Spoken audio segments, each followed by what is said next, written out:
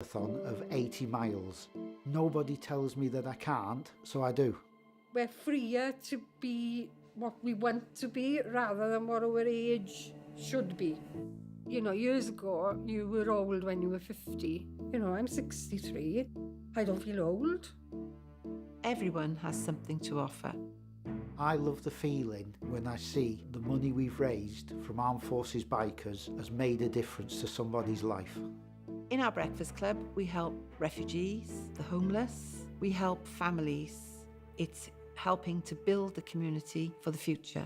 I think I make a big difference. I really feel on top of the world. I don't think anybody can put me down now.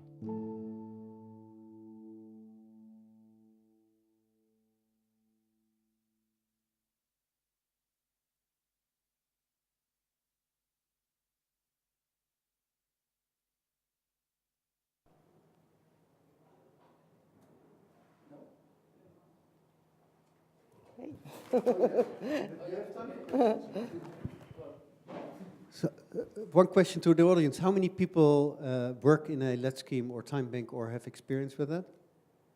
So most of them? So then my question to you is, time banking and the SPICE model are of course different. Are the things that you would like to do that are possible in a time bank but not the SPICE, and the other way around, are the things that time banks could learn from the SPICE model?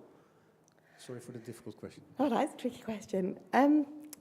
I grew up in let schemes, and I'm still linked to a let scheme in my own time. And there are times within my role where I get frustrated, particularly around older people, where I can see the person-to-person working better, around care support particularly. But that's not our model at SPICE, and it's not for me to challenge that. But I would say that having the reward incentive as well for community groups to be able to go on trips together and do things actually does have a massive impact.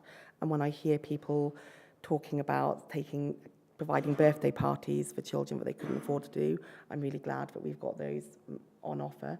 And also a lot of our spend partners who traditionally wouldn't open their doors to those people, when you see them being really moved by people and actually treating people extra special when they've come with time credits rather than they would with their normal customers, that really makes a difference to me.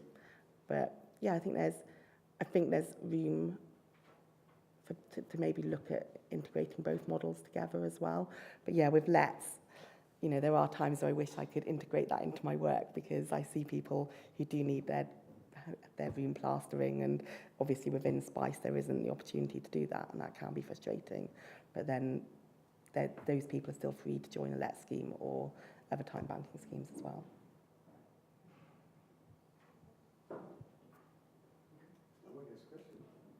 I know you are experimenting with electronic forms of doing the credits. Is this going anywhere? They are actually going live on the 6th of June. Yeah, which I think for younger people, I think that would be great, and I think it'd be really good for mapping. I think it's particularly confusing for people to look at how to spend. We've got these brochures here which show where you can spend and whether it's 2 time credits. So I think that'll make life a lot easier for people to do it on a digital platform. For me personally, with older people, for some older people who are really digitally able, I think it'd be great as well. And I think particularly for older people who are gifting time credits to their grandchildren, to have a digital platform would be great, because it makes much more sense than having this booklet, which costs a lot to print. But for older people, I have to keep it really, really simple, and I have to print a 1 A4 page of examples of spend opportunities, because otherwise these are too chunky to go through for people, really. So I think there's a place for it, and it's going to go well, but not necessarily around older people. I'm going back to old school, sending postcards to people and saying when spend opportunities are coming up, because that has the greatest impact. If we want to rob your bank and get some of these vouchers, where is it located? Where are our time credits located? The vault. They're at printers. So all of us have them in our homes. They're quite safely locked up. We're quite strict about how they're given out. It's quite interesting, actually, because when we're at events with professionals, quite often they want to take them, but actually that undermines the importance of owning them as well. So I think I need to do some sample ones so people can see what they are, but not undermine their value. Yeah.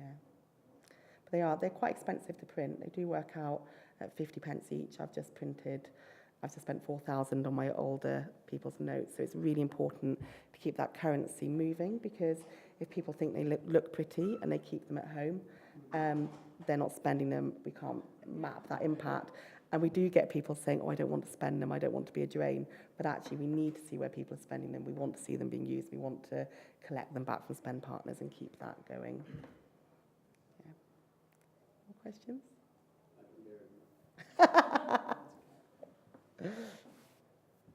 Great, thank you. Thank you very much.